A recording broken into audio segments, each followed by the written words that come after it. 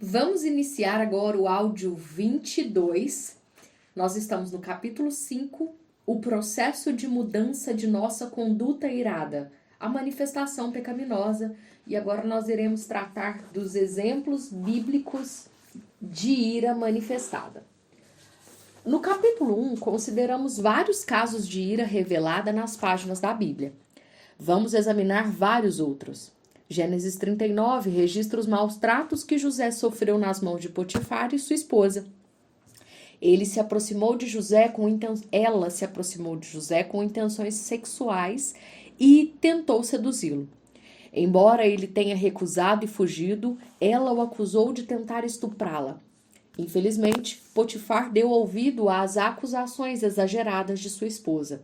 Cego pela sua fúria, ele julgou erradamente a situação e puniu injustamente José.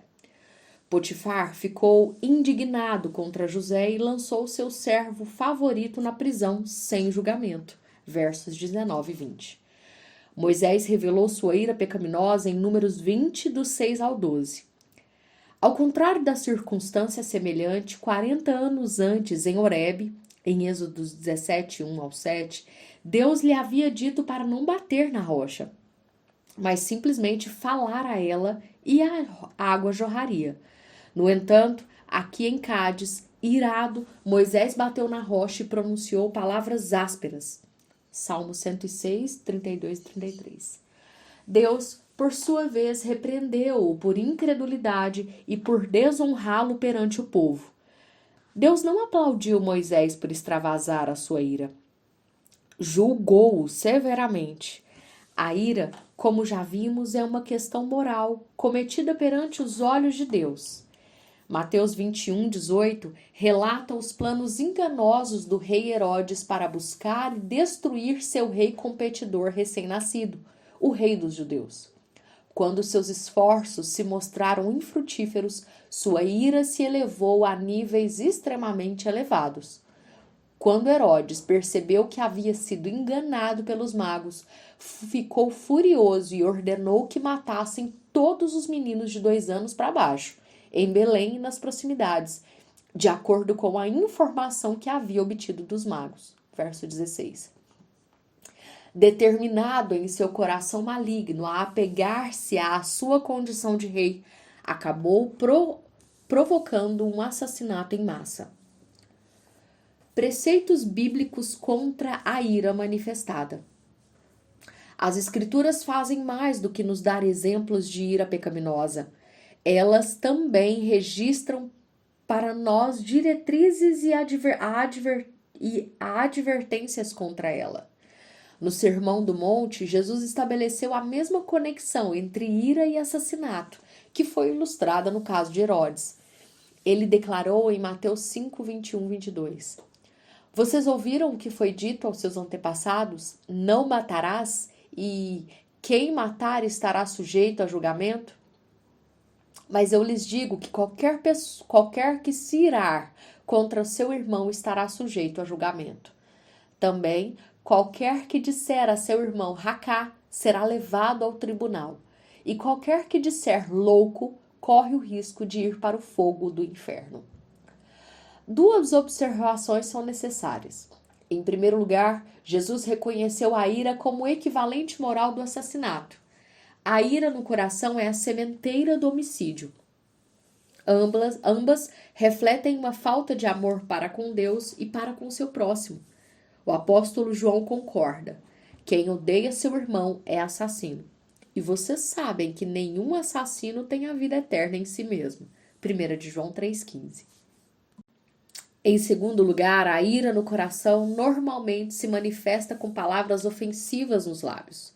O texto de Provérbios 4, 23, 24 faz a mesma conexão entre o nosso coração, a causa, e a nossa fala, conforme Mateus 12, 33 ao 37, 15 do 17 ao 20 e Lucas 6, 43 a 45. Em Efésios 4, 17 e 32, o apóstolo Paulo descreve a mudança radical que a salvação de Cristo nos traz, contrastando a nova vida do convertido com a sua antiga existência. Parte dessa mudança, provocada pela nova vida, é a convocação para nos despirmos de nossos velhos hábitos pecaminosos e nos revestirmos de novas práticas justas. Nos versículos 29 e 32, ele resume as várias formas reveladas de conduta maligna. Nenhuma palavra torpe saia da boca de vocês, mas apenas a que for útil para edificar os outros, conforme a necessidade, para que conceda graça aos que ouvem. Não entristeçam o Espírito Santo de Deus, com o qual vocês foram selados para o dia da redenção. Livrem-se de toda amargura, indignação e ira, gritaria e calúnia, bem como de toda maldade. Sejam bondosos e compassivos uns para com os outros, perdoando-se mutuamente, assim como Deus os perdoou em Cristo. Nossas palavras torpes, literalmente podres, não edificam os outros, versos 29, e entristecem o Espírito Santo, verso 30.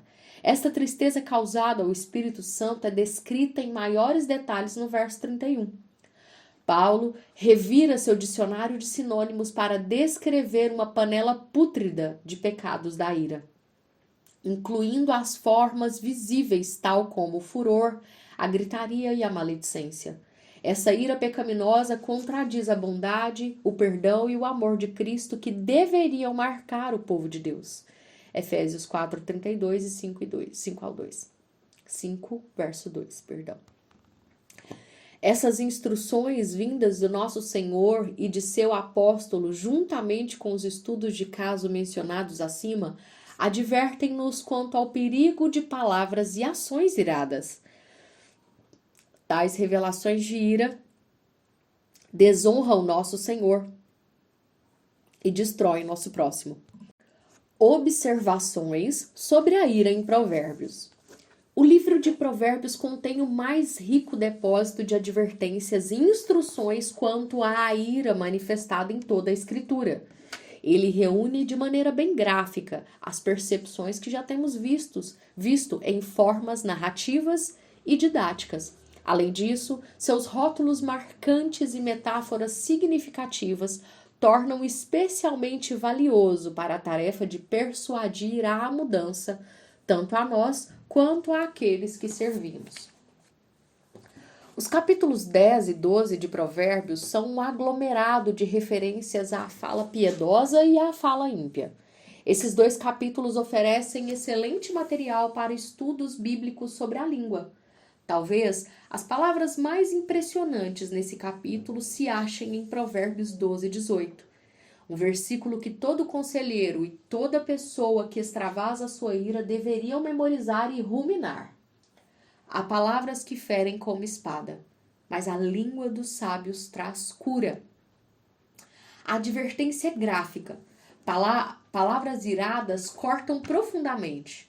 O mesmo macho, João, que jamais bateria numa mulher, cortou sua esposa Júlia muitas vezes com a sua língua. Esse texto também elimina de vez a ideia de que paulada e pedrada podem nos ferir, mas que palavras não machucam. Todavia, o convite que o versículo apresenta é atraente. João pode, e também você e eu, aprender a amar as outras pessoas por meio de suas palavras. Podemos ministrar as nossas famílias com a nossa fala. Nossas palavras podem curar o nosso próximo ferido e recuperar vidas deformadas. Essa dinâmica de despir, revestir de Provérbios 12 e 18 pode e deve tornar-se uma alta prioridade para nós. Como Deus vê uma pessoa que manifesta a ira? Ela não é apenas uma pessoa violenta. Mateus 5, 21, 22, Provérbios 12 e 18, Provérbios 14, 16 a 17 o chama de impetuoso e irresponsável.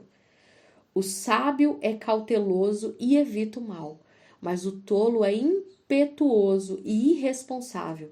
Quem é irritadiço faz tolices, e o homem cheio de astúcias é odiado. Ao contrário do nosso termo português, o tolo no livro de Provérbios não é um palhaço jovial, mas um homem ímpio, Sua conduta não provoca riso, mas piedade e punição. Este texto torna-se poderoso quando pessoas iradas assumem tais títulos para si mesmas. Quando uma pessoa manifesta sua ira, como João, começa a se ver como Deus o vê e chama a si mesmo de impetuoso e irresponsável. Então começa a ver o seu pecado com seriedade. Está pronto a transformar-se num homem sábio que é cauteloso e evita o mal.